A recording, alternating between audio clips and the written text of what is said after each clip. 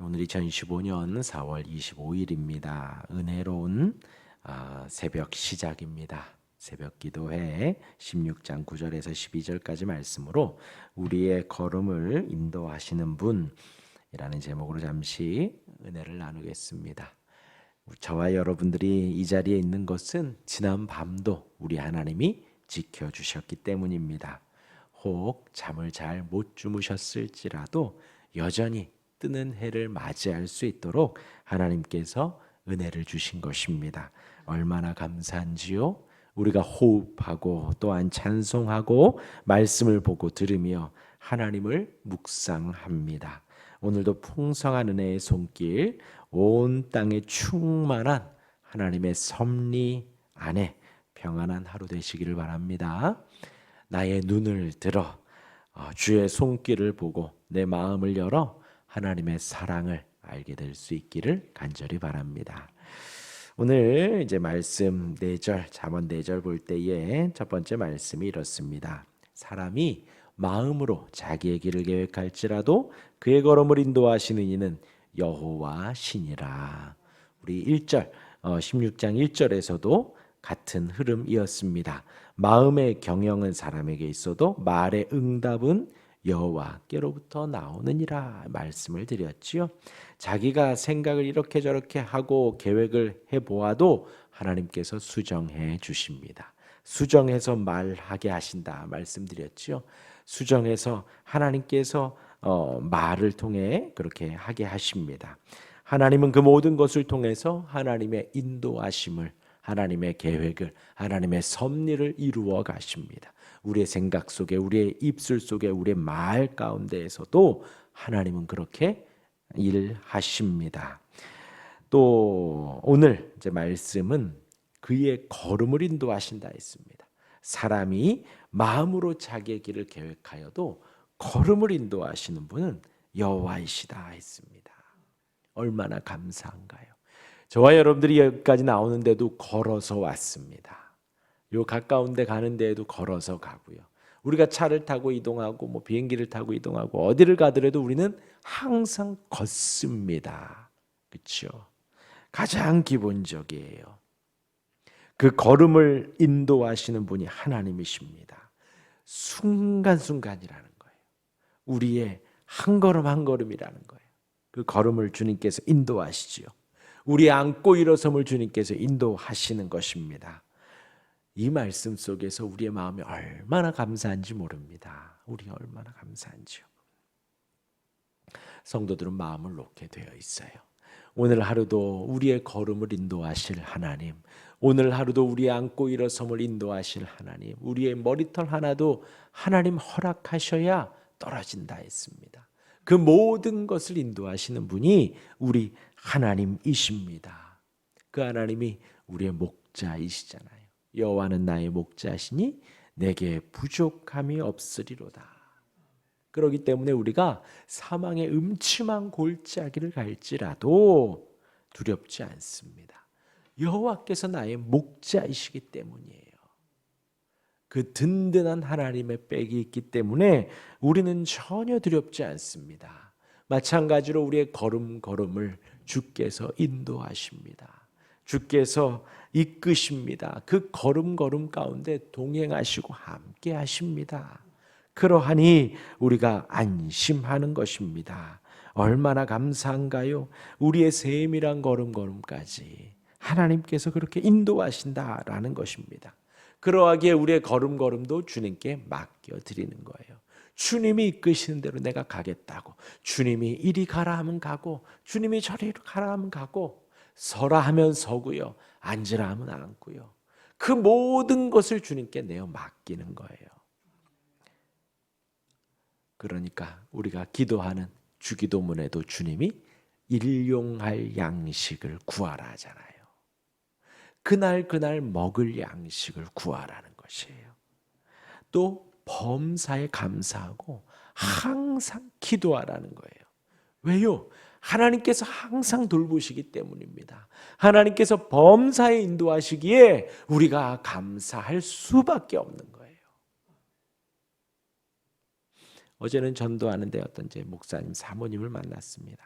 그래가지고 반갑게 인사를 하고 이제 그 전도 물품이 저희가 마스크하고 조그마한 사탕인데 일을 하고 계셔서 제가 사탕 하나를 드렸습니다. 그랬더니 사모님이 저한테 아유 목사님 열심히시네요. 저한테 그래요. 그래서 아우 예 열심히 해야죠. 그리고 이제 나와서 계속 이제 전도를 하는데 제가 뭐 열심인가요? 일주일에 한 번, 두 번 그냥 3, 40분 이렇게 하는데요. 너무나도 은혜에 감사하니 가지고 있는 걸 들고 나가는 거예요. 할 수 있는 게 그거밖에 없잖아요. 복음을 전하고 마음 같아서는 여기다 스피커 설치해 놓고 막 외치고 싶은데 그럴 수는 없으니 들고 나가며 3, 40분 전도하는 것이 전부입니다. 하나님의 은혜가 얼마나 감사한가요? 우리의 걸음을 인도해 주시니 얼마나 감사한가요? 우리의 호흡조차도 하나님 주시는 것이니 얼마나 감사한가요? 범사에 감사하라 그러면 선하게 인도하신다가 아니에요. 범사에 우리를 이끌어 가시니 감사할 수밖에 없는 것입니다. 항상 우리를 인도하시니 우리가 항상 기도할 수밖에 없는 것입니다. 우리의 걸음걸음을 인도해 주시는데 우리가 어떻게 걸음걸음 기도를 안 할 수가 없어요. 우리의 일용할 양식을 허락하시니 우리가 일용할 양식을 구할 수밖에 없는 것입니다. 우리의 걸음을 인도하시는 그 하나님 앞에 오늘 하루도 온전히 내어 맡긴 우리가 되기를 바랍니다. 이어서 10절입니다. 하나님의 말씀이 왕의 입술에 있은즉 재판할 때에 그의 입이 그르치지 아니하리라. 왕의 입술에 하나님의 말씀이 있고 왕의 입술에 재판할 그 재판의 권한이 있다 했습니다. 그때 당시에는 왕이 재판장 역할도 감당했었지요. 하나님 앞에 바르게 선 왕은요 재판할 때에도 그른 말을 틀린 말을 하지 않지요. 옳은 판단만을 하게 되지요. 이 시대 우리도 마찬가지입니다. 우리가 하나님의 말씀으로 서 있을 때에 말씀 앞에 정직하게 서 있고 말씀 앞에 신실하게 서 있을 때에 우리의 인생의 모든 상황을 정직하게 할 수 있는 것입니다. 왕이 하나님의 말씀이 왕의 입술에 있다면 그의 재판도 당연히 바르게 할 수밖에 없지요. 하나를 정직하게 할 때에 모든 게 정직해지는 것입니다. 우리의 한 걸음이 기도로 시작할 때에 우리의 인생이 기도의 삶이 되는 것이에요. 가장 사소한 것 하나도 우리가 기도하며 걸음걸음 나아갈 때 우리의 인생이 기도의 삶이 되는 것이지요. 다르지 않다는 것입니다. 이 시간 우리의 기도가 하나님 앞에 정직하고 우리의 언행이 누구를 만나든 정직히 나올 때에 우리의 삶은 정직할 수밖에 없지요. 그 말씀을 하고 있는 것입니다. 하나님의 말씀이 왕의 입술에 있으면 재판할 때에도 그르치지 않습니다. 마찬가지죠. 저와 여러분들의 입술에 하나님의 말씀이 있으면 우리의 일거수일투족이 그르치지 않습니다. 우리의 삶이 바르게 되어 있습니다. 우리의 삶이 정직할 수밖에 없습니다. 그러나 실수도 하지요. 잘못도 하지요. 거짓말도 종종 합니다. 실수라는 거예요. 실수. 말씀드렸죠. 거짓말을 우리가 가볍게 여기면 안 됩니다. 거짓말은 마귀가 좋아하는 거예요. 마귀가 살살 꼬들겨서 우리에게 거짓말하라고 하는 거예요. 아시죠? 아담과 하와를 너 하나님처럼 될 수 있어. 절대 죽지 않아. 대놓고 거짓말한 거예요. 하나님은 정령 죽으리라. 말씀은 그러한데 절대 죽지 않아. 거짓말이잖아요. 우리의 입술에 거짓말을 제하시기를 바랍니다. 정직하게 말할 수 있으시길. 말하기 곤란한 상황이 있지요. 그럴 때는 차라리 침묵이 나아요. 침묵이.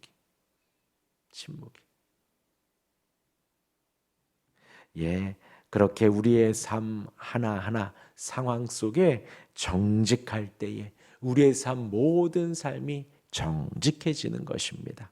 오늘 이 새벽에도 하나님 앞에 정직하게 기도할 수 있는 우리가 되길 바랍니다. 11절입니다. 공평한 저울과 접시 저울은 여호와의 것이요 주머니 속의 저울추도 다 그가 지으신 것이니라.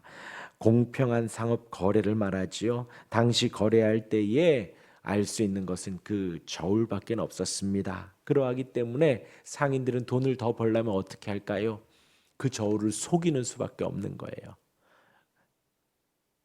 그러지 말라는 것입니다. 저울은 누구의 것이라고요? 하나님의 것이라는 거예요. 하나님의 것. 내 주머니 속에 있는 저울도 하나님의 것입니다. 하나님의 것이니 하나님 앞에 정직하게 하라는 거예요. 정직하게. 그런데요, 재밌는 것은요, 정직하게 하는 상인들은요, 고객들이 알아요. 정직한지. 뭐 음식에 대해서 뭐 물건에 대해서 잘 몰라도 돼요. 정직함과 거짓을요, 우리가 웬만하면 알아요. 속이는구나. 이 사람이 속이는구나. 이 사람이 정직하게 말하는구나. 웬만하면 알아요. 웬만하면.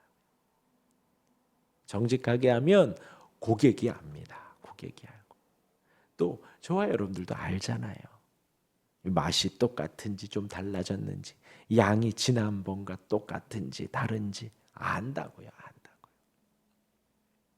공평한 저울과 접시 저울 하나님이 다 아셔요. 하나님이 보고 계시거든요. 하나님이 보고 계시니 하나님 앞에 속이지 말고 주머니 속에 저울추, 내가 이렇게 속이려고 넣은 것 아니면 정직하게 하려고 넣은 것, 그것도 다 주님이 아신다라는 것입니다.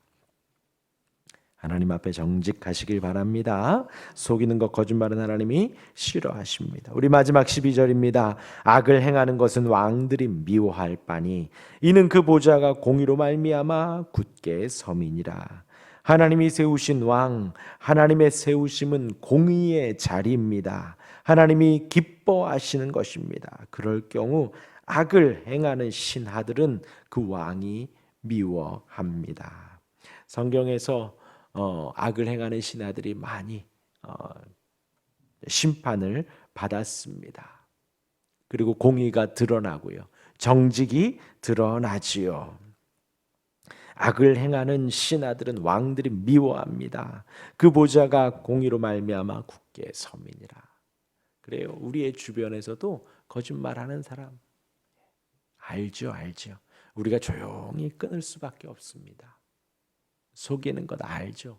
항상 지각하고 항상 늦고 그러면서 항상 핑계가 있고, 그렇죠? 우리가 알아요. 그러니 조금씩 멀리할 수밖에 없습니다. 마찬가지입니다. 우리가 죄악을 행할 때 하나님은 미워하십니다. 우리 주변에 죄악을 행하는 사람들 어쩔 수 없이 거리감이 생기는 거예요. 정직한 사람들, 하나님 앞에 신실한 사람들 거리가 더 가까워지는 것입니다. 어쩔 수가 없어요. 우리의 삶이 하나님 앞에서의 모습과 이 세상에서의 모습이 하나입니다. 절대로 따로 떨어져 있지 않아요. 이곳에서의 우리의 언어와 밖에서의 언어가 달라지면 안 되고요. 이곳에서의 우리의 마음가짐과 밖에서의 마음가짐이 달라지면 안 됩니다. 항상 같아야 합니다. 오늘 우리의 걸음을 인도하신 하나님을 나누었습니다. 하나님께서 우리의 걸음걸음 세밀하게 인도하십니다. 우리 하나님 크시지만 우리의 호흡도 허락하시는 분이세요. 우리 하나님 온 땅에 가득하고 우리가 지금 사는 것이 주의 발등상이라니까요. 그런데도 하나님 우리의 걸음걸음을 인도하십니다. 또한 우리의 삶 속에 하나님의 말씀이 있을 때에 우리의 모든 삶도 말씀 앞에 신실할 수밖에 없고요. 정직하라 그랬지요. 공평한 저울추를 가지고 있으라 했습니다. 상거래를 할 때에 속이지 말라는 거예요. 또 악을 행하는 것은 왕들이 미워합니다. 그의 보좌가 공의로 말미암아 굳게 섭니다. 우리의 삶 속에서 악은, 죄악은, 거짓은 제하여 버리고 정직과 신실함 속에 온전히 살 수 있는 우리가 되길 바랍니다.